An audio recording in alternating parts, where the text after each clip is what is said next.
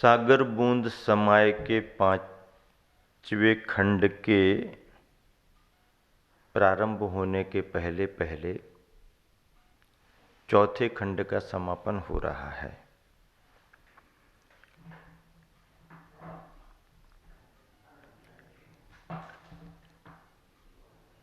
इस खंड के उपखंड में शीर्षकों में तीर्थ को लेकर के बहुत महत्वपूर्ण बिंदु हैं। गुरुवर आचार्य श्री यहाँ पर कह रहे हैं कि अपना उपसर्ग दूर करने के लिए नहीं, किंतु धर्मायतनों पर, प्राणियों पर आए हुए संकट को दूर करने के लिए विष्णु कुमार और बाली मुनि महाराजों जैसे कदम उठाना चाहिए। उन संकट के समयों में जबकि 700 मुनियों पर घोर उपसर्ग हो रहा था, अकंपनाचारी महाराज के संग पर विष्णु कुमार मुनि महाराज ने संग की रक्षा की। रावण जब क्रोधित हो गया बाली मुनि महाराज को देख करके, तब रावण ने समूचे कैलाश पर्वत को ही उठा करके फेंकना चाहा। बाली मुनि महाराज के मन में भाव आ गया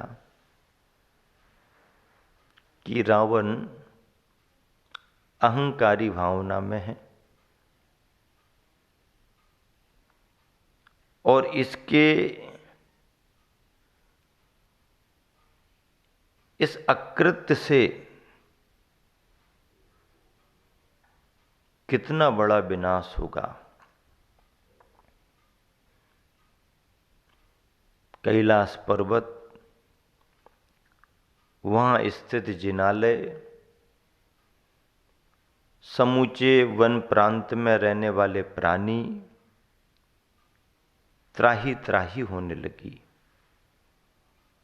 ऐसे समय बाली मुनिराज ने उन सभी की रक्षा के लिए अपनी शक्ति का थोड़ा सा प्रयोग किया। किसी को दबाने के लिए नहीं, अहंकार को दबाने के लिए, सद्बुद्धि को लाने के लिए, सच्ची समझ को पाने के लिए उपाय किया और परिणाम यही निकला कि रावण भी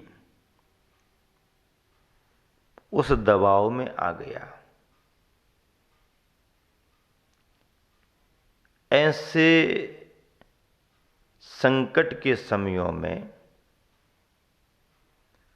मुनि राजों के मन में भी भाव प्राणियों की रक्षा के आ जाते हैं और उनके द्वारा प्रकृति संरक्षण, प्राणी संरक्षण, तीर्थ संरक्षण जैसे काम हो जाते हैं। दोहा है गुरुवर का, गगन चूमते शिखर हैं, रहे एक से एक, एक से बढ़कर के एक। गगन चूमते शिखर हैं, रहे एक से एक, युवा मेघ ही जल भरे, युवा मेघ ही जल भरे, करते 100 अभिषेक। युवा मेघ ही जल भरे, करते 100 का मतलब 100 बार अभिषेक करते हैं। गगन चूमते शिखर हैं, शिखर उत्तुंग हैं, एक से एक बढ़कर के रहे, और मेघ जो जल से भरे भरे युवाओं जैसे दिख रहे हैं, वो इन शिखरों के 100 सैकड़ों बार अभिषेक करते हैं। इसी के साथ अगला बोध वाक्य है, अहंकारवश रावण ने जब समूचे कैलाश पर्वत को ही पलटना चाहा। अहंकारवश रावण ने जब समूचे कैलाश पर्वत को ही पलटना चाहा, तब तपस्यारत बाली मुनिराज का, तपस्या में रत बाली मुनि महाराज का हृदय द्रवित हो उठा। उस स्थिति में तीर्थ सुरक्षा के लिए उन्होंने जो कदम उठाए वह अत्यधिक प्रेरक, अनुकरणीय एवं प्रशंसनीय हैं। प्रेरक भी हैं, अनुकरणीय भी हैं और प्रशंसनीय भी हैं। तीर्थ संबंधी अंतिम बोध वाक्य है, कैलाश पर्वत पर बनाए गए भरत चक्रवर्ती के द्वारा जिनालियों की सुरक्षा के विचार से, क्या कैलाश पर्वत पर बनाए गए भरत चक्रवर्ती के द्वारा जिनालयों की सुरक्षा के विचार से सगर चक्रवर्ती ने, दूसरे नंबर के चक्रवर्ती सगर ने अपने 60,000 कर्मठ पुरुषार्थी पुत्रों को गंगा की परिखा, परिखा यानी खाई बनाने में लगा दिया। गंगा की परिखा बनाओ, समूचे कैलाश पर्वत के चारों तरफ घेर घेर करके खाई बना दो। तीर्थ सुरक्षा के लिए इतिहास में इससे बड़ा उदाहरण और क्या हो सकता है? ऐसा कोई उदाहरण दूसरा मिलता है क्या? नहीं मिलता। क्षेत्र की सुरक्षा के लिए, उस स्थान की सुरक्षा के लिए कितना बड़ा पुरुषार्थ किया गया। सगर चक्रवर्ती के पुत्रों ने यह कार्य किया, 60,000 पुत्रों ने यह कार्य किया। ये कार्य करने को उनको क्यों मिला? क्योंकि उन्होंने अपने पिता श्री चक्रवर्ती सगर से कह दिया कि हम सभी क्षत्रिय पुत्र हैं, बैठे बैठे भोजन नहीं करेंगे, कुछ ना कुछ पुरुषार्थ परिश्रम करेंगे ही करेंगे। अब चक्रवर्ती के कुल कुटुंब में खुद उनके पुत्रों के लिए क्या काम करना पड़ेगा? 9 निधि 14 रत्न, 6 खंड के अधिपति, धन धान्य की समृद्धि अपार रूप में, पुत्रों को क्या काम करने की जरूरत पड़ेगी? चक्रवर्ती ने बहुत समझाया, मंत्रियों ने भी बहुत समझाया, पुत्रों, तीर्थंकरों के वंश में, चक्रवर्तियों के वंश में, कुल कुटुंब में ये सब करने की जरूरत नहीं है। उनके पुण्य योग से सब फलता है। वो प्रजापाल हैं, अक्षय भंडार है उनके पास। इसलिए तुम सबको कुछ करने की जरूरत नहीं, सब बैठे बैठे आराम से अपना समय बिताओ। सगर के पुत्रों ने कहा नहीं, हम ऐसा नहीं करेंगे, या तो काम बताओ नहीं तो उपवास करेंगे, भोजन नहीं करेंगे। अरे भाई सुनो तो, नहीं कुछ काम बताओ। क्या काम बताएं? तब याद आ गया, आदिनाथ भगवान का निर्वाण हो चुका है। भरत चक्रवर्ती ने अपने पिता श्री तीर्थंकर आदिनाथ भगवान का निर्वाण होने पर उन्हें स्मरण करते हुए भव्य जिनालयों का निर्माण कराया, रत्नों की प्रतिमाएं रखीं, भव्यतम मंदिर बने। और जिन भव्यतम मंदिरों को भरत चक्रवर्ती ने बनाया, वो मंदिर भविष्य में भी वैसे ही बने रहें, सुरक्षित रहें, इसकी चिंता सगर चक्रवर्ती ने की, दूसरे चक्रवर्ती ने, और उसने उपाय निकाल लिया कि चलो इस अष्टापद कैलाश पर्वत को घेर करके लंबी खाई बना दो और उस गहरी लंबी खाई में गंगा के पानी का प्रवाह बहा दो, गंगा के पानी को बहा दो। खाई में पानी भर जाने से फिर कोई अष्टापद कैलाश पर्वत पर जा नहीं पाएगा। अब इतिहास से संबंधित संदर्भ आ रहे हैं, उपशीर्षकों में इतिहास आ गया। बोध वाक्य है गुरुवर का, जैन धर्मानुयायियों का देश के प्रति बहुत बड़ा योगदान है। जैन धर्मानुयायियों का देश के प्रति बहुत बड़ा योगदान है। समय समय पर आचार्यों ने धीमानों तथा श्रीमानों ने अपनी सूझबूझ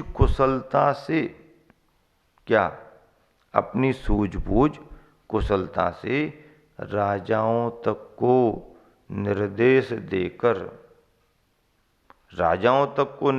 देकर क्या किया? देश की समृद्धि में सहयोग दिया है। देश की समृद्धि में सहयोग दिया है। हाँ, आचार्यों ने धीमानों तथा श्रीमानों सब समय समय पर, आचार्यों ने भी, धीमानों ने भी, श्रीमानों ने भी कुशलता से राजाओं को भी निर्देश दे करके देश की समृद्धि में सहयोग दिया है। जैन धर्मानुयायी, क्योंकि जैन धर्मानुयायी को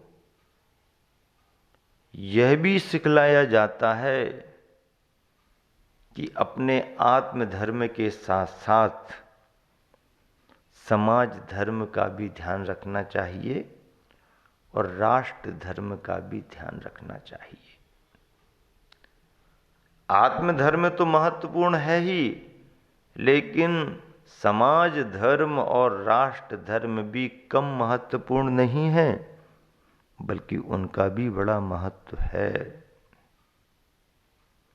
और जैन समाज का इन कार्यों में बहुत बड़ा योगदान है।